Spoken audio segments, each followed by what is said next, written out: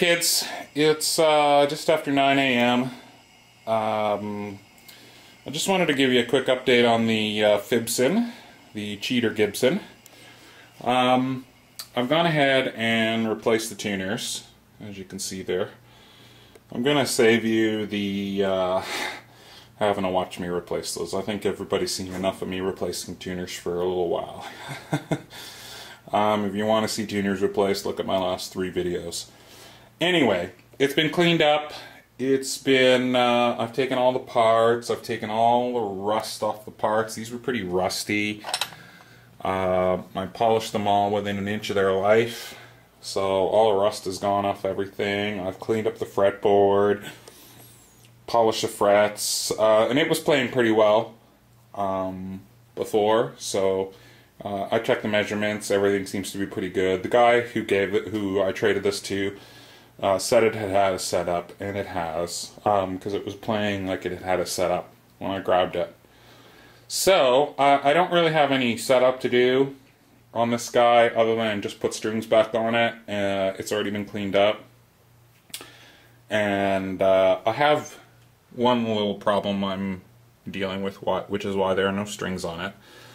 Because this is a Fibson, the way this has been cut, there was just not enough material here for the screw to sink into, and it had broken away a little chunk of wood here. So last night I glued in a little piece of wood so that the bottom screw would have something to grab onto.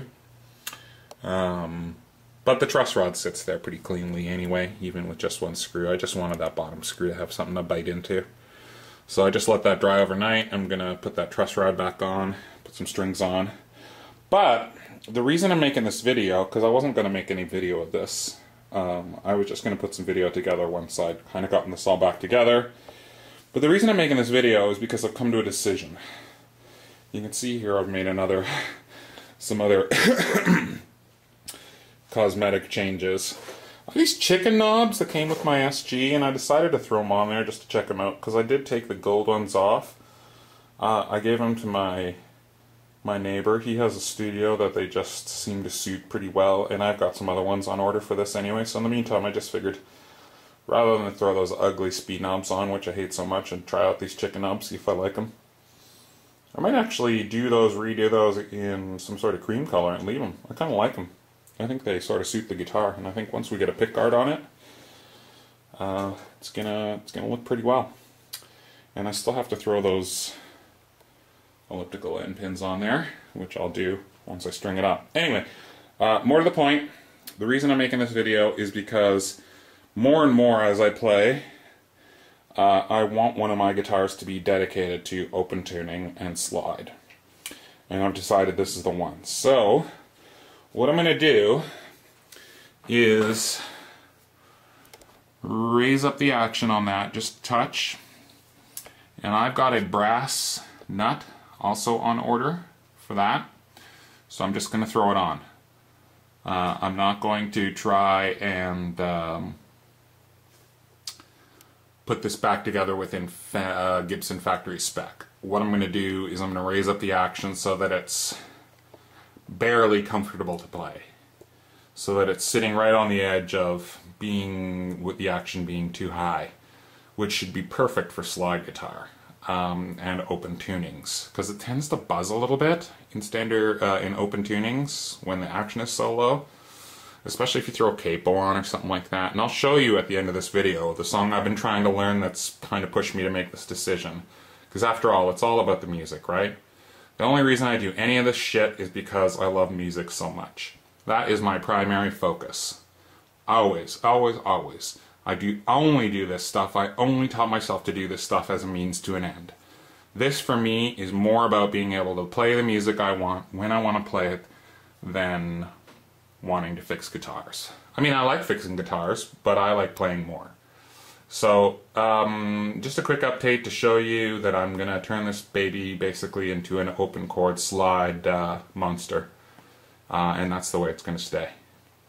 So, I'll try and shoot a little bit of video, because I am letting that little bit dry there. I'll restring it. And since I'm waiting for this to come back on order. I'll just string it up for now the way it is. I will probably raise the action there just a touch. Just probably a little hint.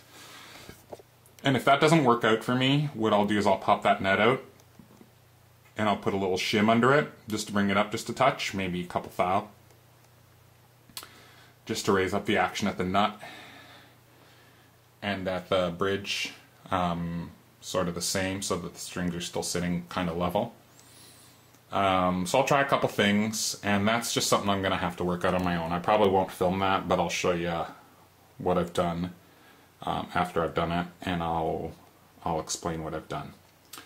Okay, so this is getting nearly 6 minutes, way longer than I wanted it to be, and I want to tag something onto the end of this video. So I'm going to stop talking here, and I'm just going to tag in a little bit of video of me practicing a song that I really want to learn, and the very reason I'm turning this guitar into what I'm turning it into, which was, like I said, an open chord slide monster. So that's what I'm going to start calling this guy.